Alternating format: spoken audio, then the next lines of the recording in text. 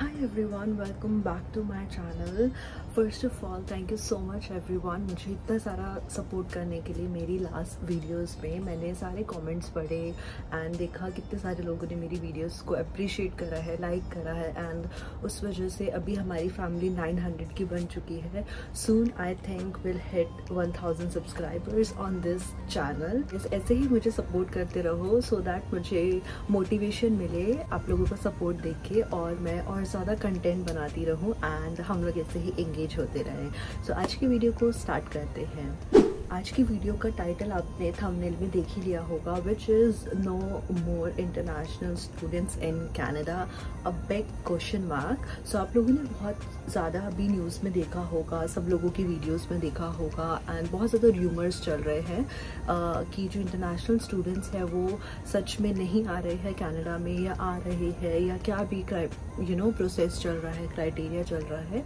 सो आज हम लोग उसी के बारे में बात करने वाले हैं। सो स्टे ट्यून, हम इस वीडियो को स्टार्ट करते हैं। वीडियो को स्टार्ट करने से पहले आई रिक्वेस्ट एवरीवन इस वीडियो को लाइक कर दो, चैनल को सब्सक्राइब कर दो and guys let's start the video. IRCC ने जो कैनेडियन गवर्नमेंट है उन लोगों ने एक अपडेट निकाला है, आई बिलीव 8 नवंबर को।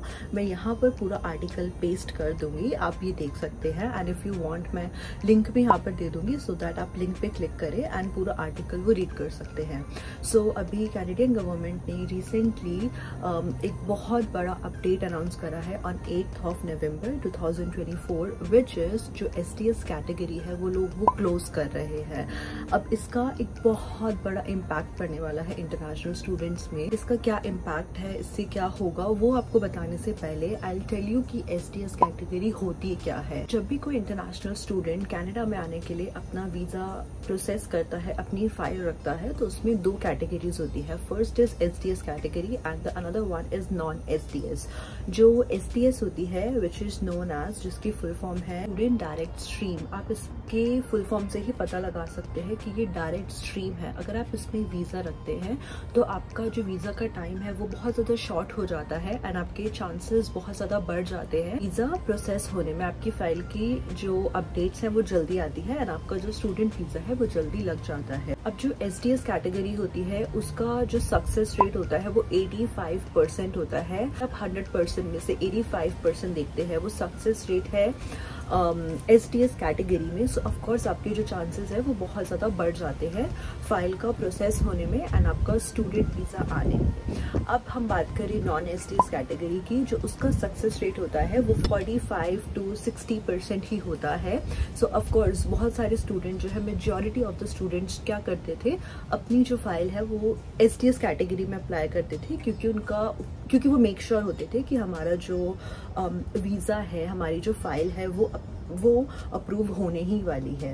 एंड जो सेकंड पॉइंट है which is pathway I mean to say, जो STS कैटेगरी में होता है एक्सप्रेस एंट्री होती है। ऐसा कोई रेगुलर पाथवे नहीं होता है, आपने वीजा रखा और जल्द ही आपका वीजा जो है वो आ जाता है। एंड जो नॉन STS है उसका जो पाथवे होता है वो एक रेगुलर पाथवे होता है, उसमें कुछ एक्सप्रेस डायरेक्ट ऐसा कुछ नहीं होता है, एक नॉर्मल रेगुलर पाथवे होता है। मैं आपको थर्ड पॉइंट बताऊं, STS में क्या होता है 20 to 40 डेज में वीजा आ जाता है। इनकी जो टाइम लिमिट होती थी वो 20 to 40 डेज होती थी और उसमें आपका जो वीजा है वो आ जाता था। जो नॉन STS है उसकी जो टाइमलाइन होती है which is 45 to 90 days. So of course कोई भी अपनी फाइल रख रहा है, इतना पैसा लगा रहा है, तो क्यों इतना वेट करेगा, तो STS में ही रखते थे क्योंकि उसका जो टाइमलाइन है वो बहुत कम होती थी।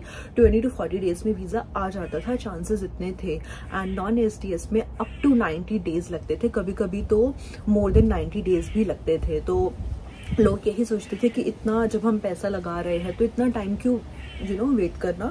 सो STS को ही प्रेफरेंस देते थे। मैंने भी अपनी फाइल STS कैटेगरी में ही अप्लाई करी थी and I believe majority of the students जो है वो अपनी फाइल को STS कैटेगरी में ही रखते हैं। सो ये थे differences STS and non STS में। अब जो कनाडा की गवर्नमेंट है उन्होंने क्या करा, 8 नवंबर को अभी इसी ईयर 2024 में जो STS कैटेगरी है वो एकदम क्लोज कर दी है। अगर आप उनके साइट पे जाओगे सो यू विल सी उसमें लिखा है कि STS SDS stream is closed now. अब हम बात करते हैं कि गवर्नमेंट ने इतना बड़ा स्टेप क्यों लिया, SDS कैटेगरी उसको क्यों क्लोज करा। और मेजरली ये जो कैटेगरी है वीजा अप्लाई करने की, वो India, China, Vietnam, Hong Kong, Pakistan, Brazil और भी अदर कंट्रीज है, मैं यहाँ पे सब मेंशन कर दूंगी।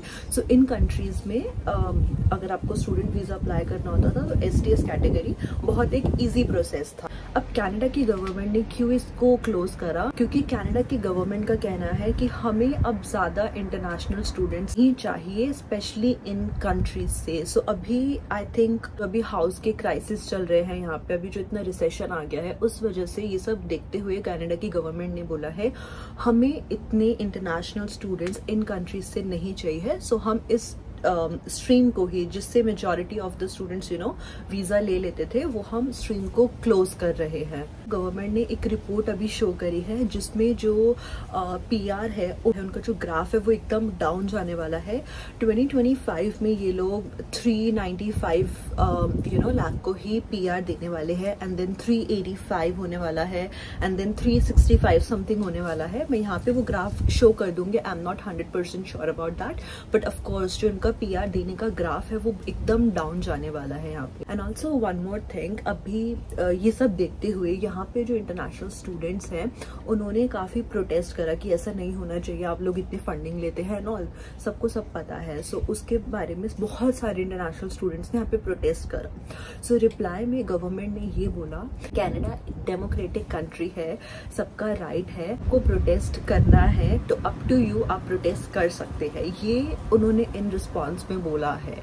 इन एडिशन टू दिस, अगर आप यहाँ पे नॉन SDS में अपना वीजा अप्लाई करके आ भी जाते हो, let suppose 50%, not 50%, let suppose 30% जो चांस है आपका लग जाता है वीजा, और अगर आप यहाँ पे आ जाते हो तो जो PGWP है वो भी, सॉरी, उसका जो एक्सटेंशन है वो भी इन लोगों ने क्लोज कर दिया है।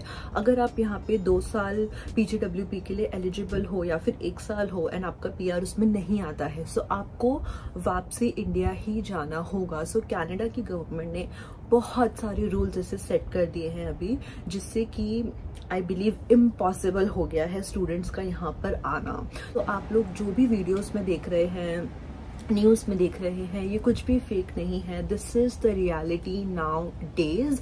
ये सारी रिस्ट्रिक्शंस अभी गवर्नमेंट ने लगा दी हैं। So in my opinion what I think is, अगर आप अपना वीजा अप्लाई करते हैं इस टाइम पे as a student visa Canada में आने के लिए, और अगर आप सोचते हैं आप यहाँ पे वर्क परमिट ले लेंगे, PR ले लेंगे एंड देन सिटीजनशिप ले लेंगे, this is not the right time. आप अपना टाइम, आप अपना पैसा कुछ वेस्ट कर रहे हैं। इट्स बेटर कोई और कंट्री में जाओ और इंडिया में रहो, up to you, choice is yours. मैं सिर्फ यहाँ का बता रही हूँ, it's not the right time to come here. So ये सारे मेरे थॉट्स थे। आप लोग अपने थॉट्स, अपने ओपिनियंस, अपने सजेशंस बताओ कमेंट्स में। एंड अगर आप लोगों को ऐसी वीडियोस अच्छी लगती है तो I am happy to make more videos like this. मैं ऐसी और वीडियोस बनाती रहूंगी। And thank you so much guys मुझे इतना सपोर्ट देने के लिए। And let's aim for 1000 subscribers now. And yeah, that's it for today's video. I hope you guys enjoyed the video. If yes, then please don't forget to like this video, subscribe to the channel and hit the bell icon for the notification. So yeah, have a good day. Bye.